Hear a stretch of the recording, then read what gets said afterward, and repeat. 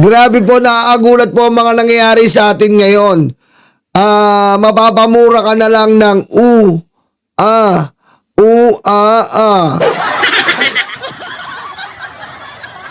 Mapapamura ka na lang po. At umpisahan natin dito sa pinagmulan po. Ito pong pinagmulan po na attorney. Pinagmulan po na attorney na si Jimmy Bondoc. Na trending po ngayon dahil po, ba't ba trending si Jimmy Bondoc? Bukod sa tanga siya, engot pa. Kaya trending siya. Pakinggan muna natin Ano ba pagkakaiba nito na sinasabi niya? Ito po, pakinggan natin to. Sa social media, ang balitaktakan sa pagitan po ng One News anchor na si Ces Drilon at si Attorney Jimmy Bondoc. Kaya nagkainitan kasi si Jimmy Bondoc at si Ces Drilon. Si Ces Drilon po, magaling din to no? Idol ko to yung yung dating show niya na People. Alam niyo yun? Di ba may show si Ces Drilon? Kung saan ini-interview niya iba't ibang mga tao, ang tawag doon sa ABS-CBN, People. Naalala niyo yun? Naalala niyo? At si Jimmy Bondoc naman po ay nakilala dahil ewan ko, ba't nakilala to? Ewan ko. Basta diretso na natin. Matayong abogado ni Senator Bato de la Rosa, ang ugat ng diskusyon, ang pag-iit ni Attorney Bondoc na sa kanilang mga abogado na lamang i-serve ang arrest warrant ni Bato dahil ito raw ang nasa proseso. Pakinggan po natin.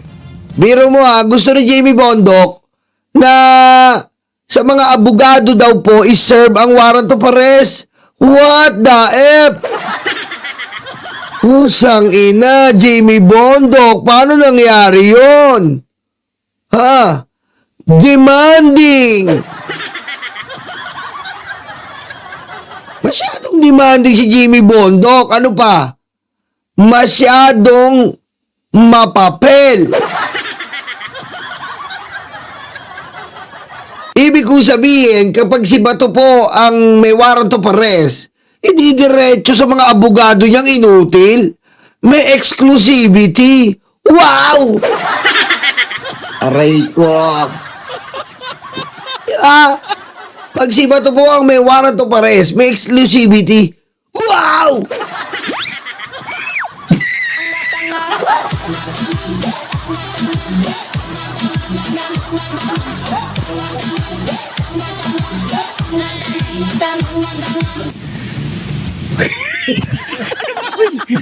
Diretso pa natin.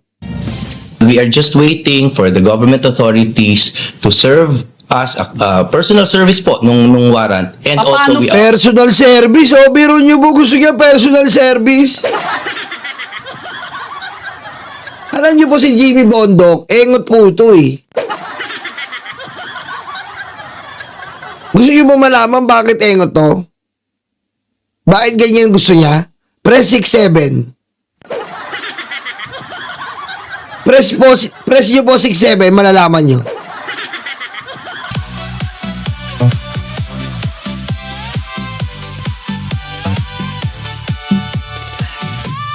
Galit na si Loki sa'yo, dating prinsesa. Alam nyo bakit natatakasan to si Jimmy Bondoc? Alam nyo ba ba't natatakasan to? Joby, sa mga admin ko, good morning. Ma'am Cristina Lacueta, Alex, Susie, Para Eduardo, Mami Irene, Daddy Armin, at si Mami Doms. Shoutout po sa inyo sa aking mga admin, Ma'am Cristina Lacueta. Yan. Alam mo ba't natatakasan to? Kasi nga po, si Jimmy Bondoc, engot to. Noon pa man po, engot na to. Noon pa man po, ganyan na siya. Kasi nga po, sabi nyo, somebody told me you were leaving. I didn't know. Aray ko. Somebody told me you like it, but it doesn't show. Ano po ibig sabihin nun? Dati pa lang po, inaalisan na yan pero hindi niya alam. Aray ko. Somebody told me you were living. I didn't know. Somebody told me that you're longing.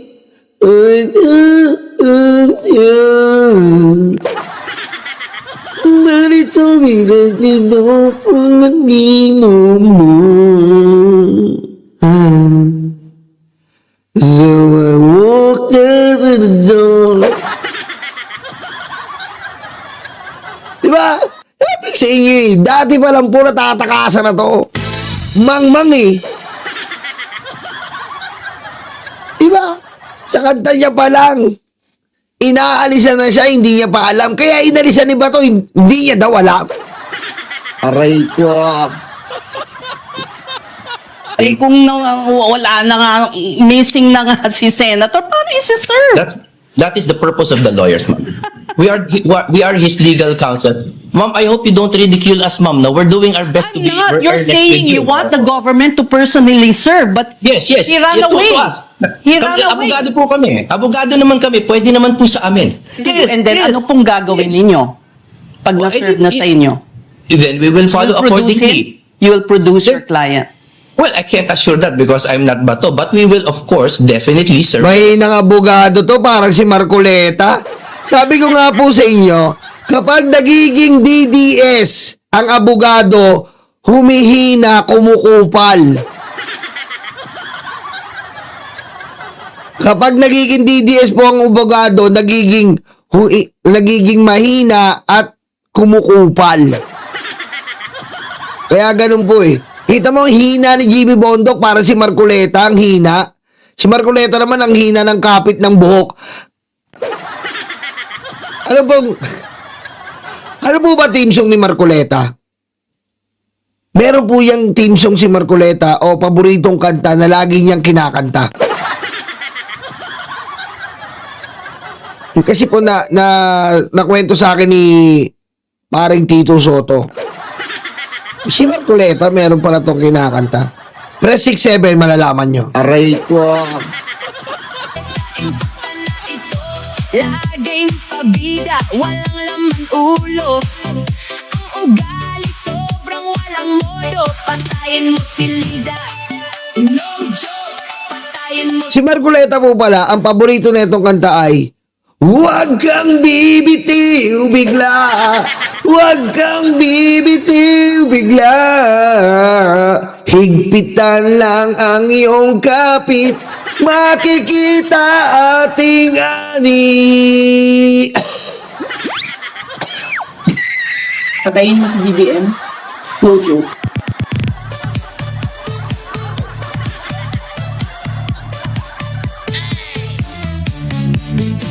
Aray ko.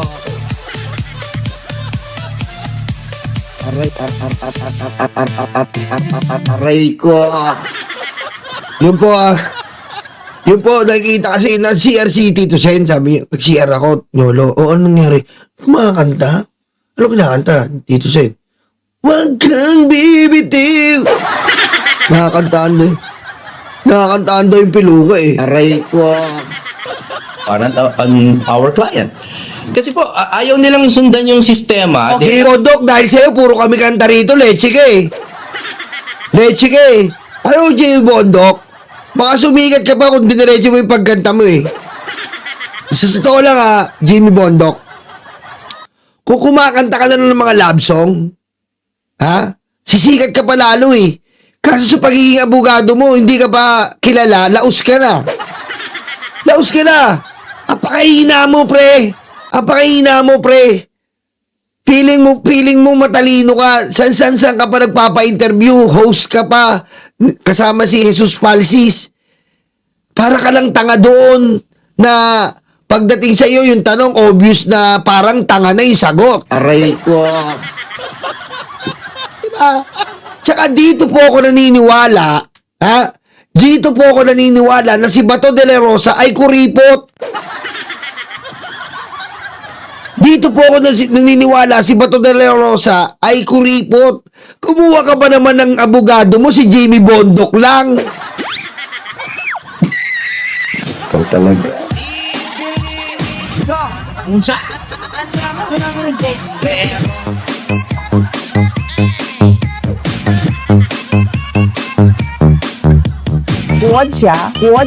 国家主席习近平 Di ba? Kasi kung talagang galante si Bato, kunin ko mga Fortuner Basa, parang si Sara. Di ba? Kunin ko na Fortuner Basa, men, abogado, o kaya Lord ng Kapunan. Utik hindi. Si Bato kinuha Jamie Bondok. Aray ko. Ina yan. Jamie Bondok. Aray ko. So, Following the law that they're invoking. At yan ngayon ang tanong, pwede bang i-serve na lamang ang isang arrest warrant sa mga abogado ng akusado at sila na lang ang bahala makipag-usap sa kanilang kliyente? Ang gumagabay po sa pag-aresto sa mga akusado ay ang Rule 113 ng Revised Rules of Criminal Procedure. Diyan po malinaw kung ano ang pag-aresto at paano ito ginagawa. Halimbawa, ang definisyon ng pag-aresto nasa Section 1, itong pag-take custody ng isang akusado para siya po ay mapanagot. So, kailangan po personal na kunin ang kustodiya ng akusado. Sa Section 7 naman, nakalagay kung paano ginagawa ang Ano, J. Bondok, natuto ka na. Hindi mo pwede kunin. Kita mo, kaya po nag-trending siya sa katangahan. Nag-trending po siya sa katangahan. Ang warrant of arrest po, kaya nga yung iba nakita natin kay Saldi ko eh. Di ba pinintasan pa Nino? Pinintasan pa ho ng mga DDS. Bakit daw pinuntahan si Saldi ko? Wala naman daw sa bahay. SOP po kasi yon. Kailangan po doon mismo sa akusado ibigay yon. Hindi pwede. Diretso mo na lang sa aking abogado. Pusang inang yan. Ang hina mo, Jimmy Bondok. Aray ko. serve ng arrest warrant. Kailangan sabihin ng arresting officer sa akusado na mayroong warrant of arrest siya at ano ang dahilan nito. Pero Tapos sabi pa ng mga DDS, kita mo to, may warrant of arrest, sinikreto nyo kay Bato. Kinang ina talaga, oo. Ang gusto ng DDS, kapag may warrant of arrest, i-notify ka. Aray ko. Halimbawa, may warrant of arrest ka, ino-notify ka. Ha? Iti-text ka. O kaya, tawagan ka, hello? Hello? Oh, hello? Oh, sino to? Police to. Sir, bakit po? May warrant of arrest ka, pakantay ha. Huh? Aray ko. Hoy, Yolo! Hoy! Po, may warrant of arrest ka, paantay kami. Aray ko. Anong oras po ba yan? Saglit lang to, piniprint lang. May lakad po ako eh. Aray ko. Kunin mo na to. Para tayo pares to eh. Hindi ko po alam. Ang kulit. Hintayin mo kami. Ito na, ipiprint lang to, magagrab na kami. Aray ko. Paano ko po kayo makakilala? Basta nakasibilyan kami. Aray ko. Aray ko. Ano po ba? O sige po, tawag na lang kayo uli. Teka lang! Aray ko. Tanginan.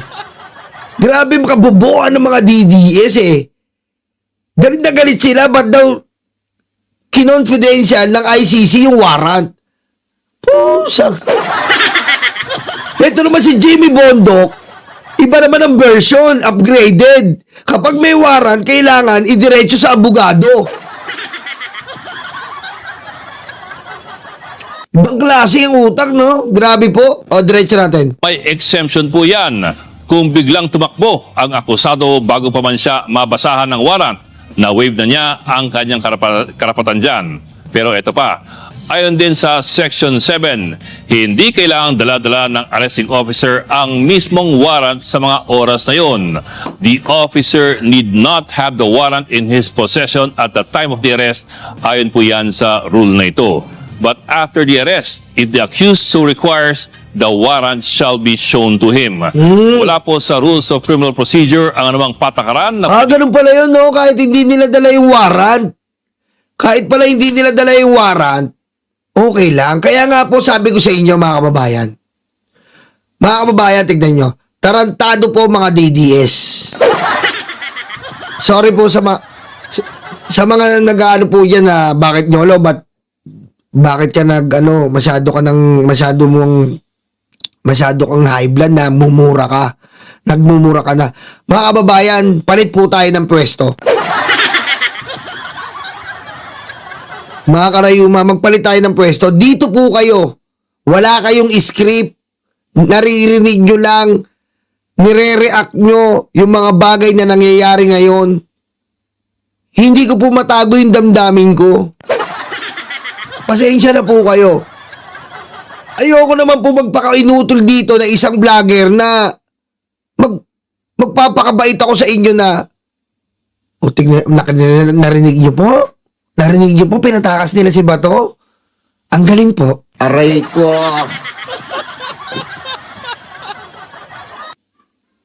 Ang galing po.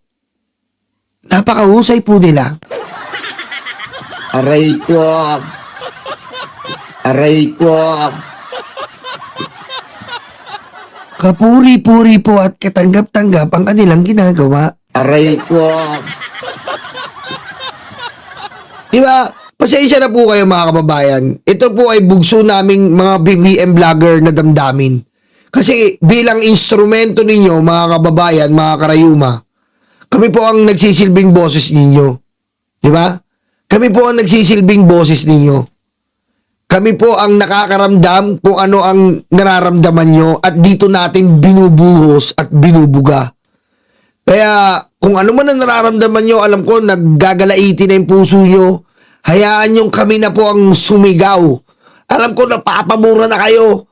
Hayaan nyo pong kami na ang magmura. Yung nasa isipan nyo na kamura-mura na sila. Hayaan nyo kami na maging instrumento. Piyansahan nyo na lang kami.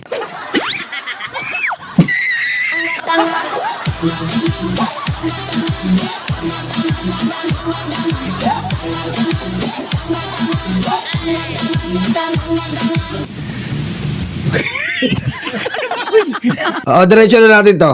i-serve sa abogado ang arrest warrant dahil ito nga ay paghuli dapat sa isang akusado. Kailan pwedeng pumasok yung akusado? Kailan bali pwedeng pumasok ang abogado? Ang abogado maaaring mag-coordinate o mag-arrange ng pag-surrender ng akusado o di kaya maaari siyang bigyan ng tinatawag na informational copy ng nasabing arrest warrant. Mga kapatid, Yan po Yung abogado po, medyo dapat hindi kagad pumapasok. Ang abogado po ay kung ano lang, hindi kagad yung siya yung kukuha ng warrant of arrest. Malinaw po. Hindi si J. Bondo gusto abogado kagad ang umakto. So bobo. JB Bondok, bago ka pa lang ganyan na utak mo. Walang mangyayari sa'yo, walang kliyente ang maano mo dyan Walang kliyente. Okay, dumako muna po tayo dito sa ating isa pa po, idagdag na po natin to. Eto po, ayan po, nag-iiyakan po ang mga DDS. Digong bumabalik na sa pagkasanggol. Aray ko. Parang kindergarten na ulit kung magsulat. Aray ko. Tangina niya, no? Eto po, ang sulat ni Digong ay Rodrigo Duterte. Putik! Ay, Rodrigo Duterte. Ayan na po, hindi na po sila Duterte kasi po, ang nakalagay, hi, Rodrigo Duterte. Aray ko. Hereby appoint Mr. Hainis. Ano to? Mr. Penis. Aray ko. I appoint Mr. Penis as my counsel for the purpose of legal assistance in the framework of the proceedings carried out before the ICZ. I understand that this appointment is subject to the eligibility of this person to as counsel before court. Ayan po Ayan po signed in Hague. Ayun. Si Digong talaga nagpapaawa pa Ikaw naman Digong, pare naman Pare naman, para naman tayong bago ng bago Pare naman, wag naman kami pare. Aray ko. Pre, wag naman kami pre, para ka naman tanga Aray ko. Kami pre, ayusin mo pre. Aray ko.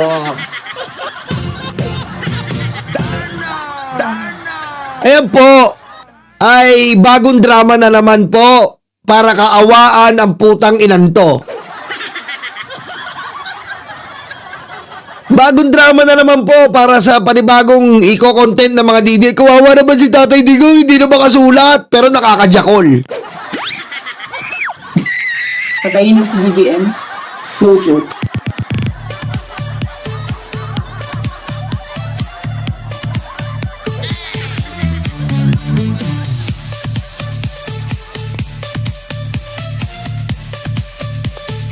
Aray ko. Diba? Bagong drama Kawawa naman si Tatay Digong, hindi na siya makasulat, nanginginig na, pero nakakaiyot. Diba? Kawawa naman si Tatay Digong, nanginginig siguro habang sinusunod niya, pero namiminger pa. Aray ko. Huwag kami mga DDS, mga drama nyo. Bagong script. Ngayon, iniwanan ni Capman. Bakit? Iniwanan ni Capman kasi pinatalsik ni Sara at ang latest nga po pala. Ito na ang latest. Ito na po ang latest mula sa ating itim na kuyukot. Sabi po, ito pong abogado ni Digong ay ganun din po ang gagawin. Ganun din po ang gagawin. Panibagong drama nila, inutusan ni, ano na po ito medyo matindi na po ang awayan.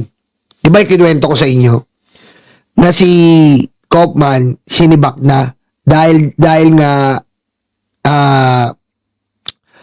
na-expose yung 150 million ni Sara at galit na galit po talaga si Sara. Nagsusumbata na sila ni Hanilet. Aray ko. Tingnan niyo po, wala pong si Kitty Duterte. Isa pa yan si Kitty Duterte. Inuna pa daw po yung pakikipaglaplapan sa kanyang boyfriend kesa daw sa tatay. Sabi po ni, parang sinabi daw po ni Sara, parang wala lang daw po Parang wala lang daw kila Hanilet. Parang wala na silang pakialam kay Digong. Parang wala na lang sa kanila si Digong. Parang wala na. Pag gusto nilang gamitin sa exposure, hindi na po dumadalaw si Hanilet, mga kababayan. Nakita niyo ba dumalaw si Hanilet? Sige nga, kailan pa dumalaw si Hanilet, mga kababayan? Wala na. Hindi na po dumalaw si Hanilet simula noon. Ang tagal na ng huling dalaw niya. Kaya si Sara po nag-aapoy sa galit. Parang wala na daw silang pakialam. Kaya sinibak si Capman. Sabi ni Sara, putang ina nyo! Hanilet! Chongkiti! Lahat! Aray ko. Huwag kayong mag-alala, ma'am. May kinausap na ako. Si Capman. Sinibak ko, ma'am. Aray ko. Diba? Ngayon, binigay ngayon ni Sara yung problema. Binigay po ni Sara yung problema ngayon kila Hanilet. Ganon. Ganon. Kami lang dito ang gumagastos ng 150 million per month. Sabi ni Sara daw. Kayo, nakakapagpatayo pa kayo ng KFC, Mang Inasal. Si Chong Kitty, nakipaglaplapan pa, nasa yate pa, ni Singson. Nagsasarap, bili ng gusto, paggawa ng mukha niya.